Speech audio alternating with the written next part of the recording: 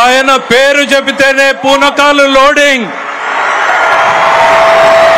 మదపుటేనుగులను కుంకీలతో తరిమేసినట్టు రాజకీయ మదపుటేనుగులను తరిమేయడంలో ఆయన పాత్ర మరువలేనిది. ఆయన మాట్లాడే ముందు దయచేసి విజ్ఞప్తి చేస్తున్నాను. చాలు దిగు, పడిపోతుందా? చాలు చాలు, మీరందరూ బాగుండాలి కదా, మీరందరూ బాగుండాలి కదా. దింపమ్మా ప్లీజ్, జాగ్రత్తగా దిగే, నువ్వు జాగ్రత్త దిగే, నా మాట దిగు. తర్వాత అబ్బాయికి వెనక తీసుకురండి, అబ్బాయి ఫోటో ఇద్దాం. దిగు, జాగ్రత్తగా దిగు, జాగ్రత్తగా దిగు.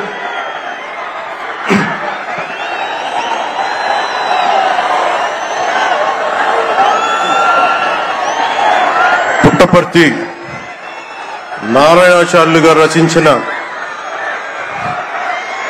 శివతాండవ కావ్యం పుట్టిన నేల, రచించిన నేల, తెలుగు భాష విలువను పెంచిన నేల, ఆడినమ్మ శివుడు పాడినమ్మ భవుడు అని శివతాండవాన్ని వినిపించిన నేల. ఈ నేల ఒక పుట్టపర్తి నారాయణాచార్యులు,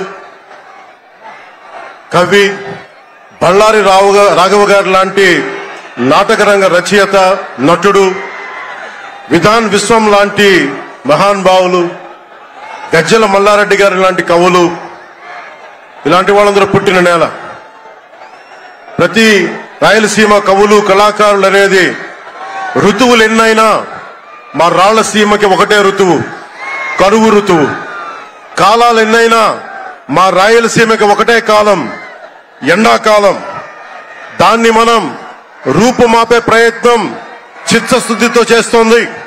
పరిశ్రమలు, ఉద్యాన పంటలు, సాగునీటి ప్రాజెక్టులు మొదలైనవి చేపట్టి రాయలసీమని రతనాల సీమగా మార్చే దిశలోనే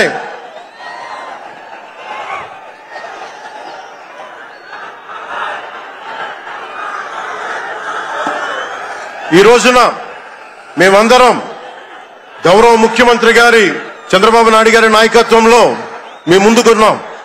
ఈ సూపర్ 6 కార్యక్రమం ఇన్ని వేల కోట్లు ఆర్థిక ఇబ్బందులుండి వీటన్నిటినీ ముందుకు తీసుకురాగలుగుతున్నామంటే మీ భవిష్యత్తు కోసం, యువత భవిష్యత్తు కోసం, మహిళల భవిష్యత్తు కోసం. ప్రతి ఆంధ్రప్రదేశ్ లో ఉన్న ప్రతి ఒక్కరూ బాగుండాలి, మీరు ఆనందంగా ఉండాలి. మనం మీరే అన్నారు, ఆ రోజు మేము అడిగాం, రాష్ట్రం బాగుండాలి, యద్భావం తద్భవతి. మీరు ఎలా ఆలోచించారో మేమందరం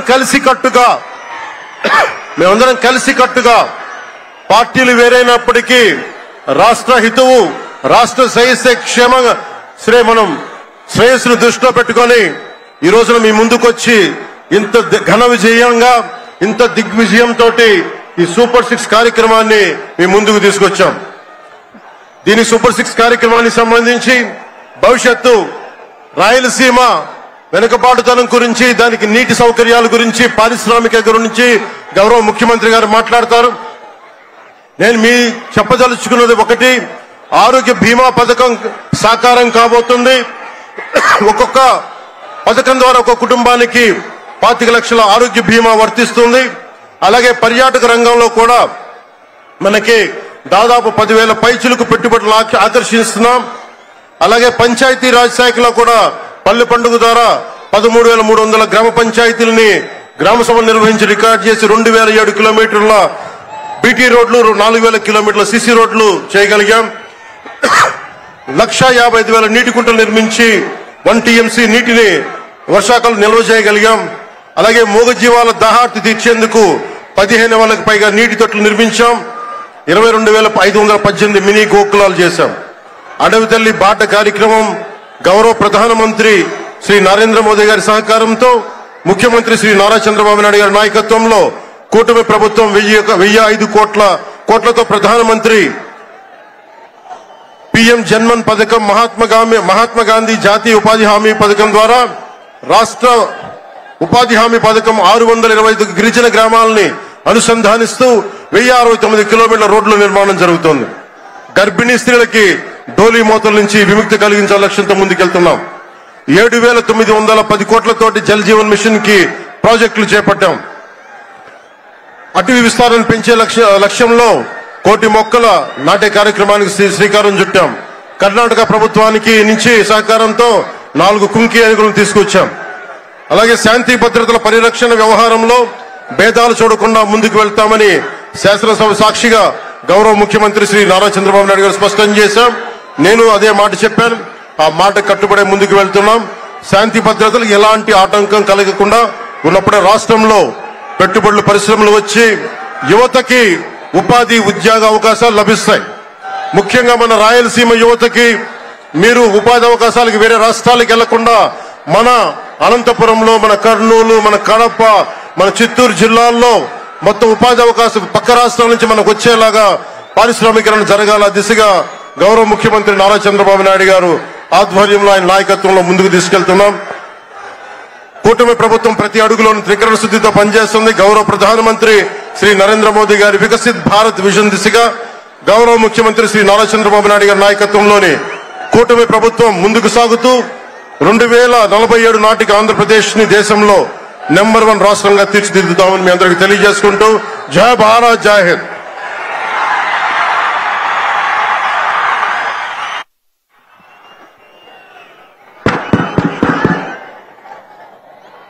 ఈరోజు